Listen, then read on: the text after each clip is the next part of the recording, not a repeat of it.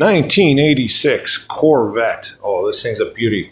I have a no crank, no start situation, and I was able to get it to crank over, exciting the start widder and the starter, but it stopped cranking after a little while. And when I went to take this nut off, it was very loose, and I'm looking at that terminal, and it looks very corroded.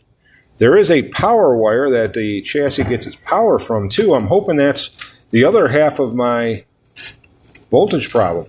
Stick around, we're gonna clean the starter up and find out. So I'm bench testing the starter and it seems to work just fine. The ground connection on the starter, it was pretty rough, and I cleaned the same thing on the block. Check it out.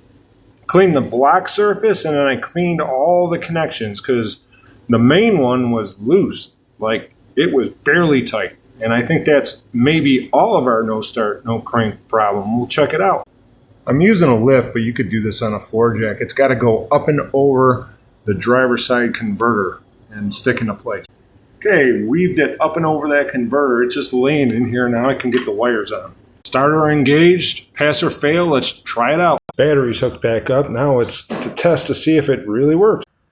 Turning the ignition on. Got power, doesn't crank though. We'll hot wire the starter. Just arcs, won't even crank with the hot lead, so it's a fail. Back to the drawing board. Thanks for watching. Please like and subscribe.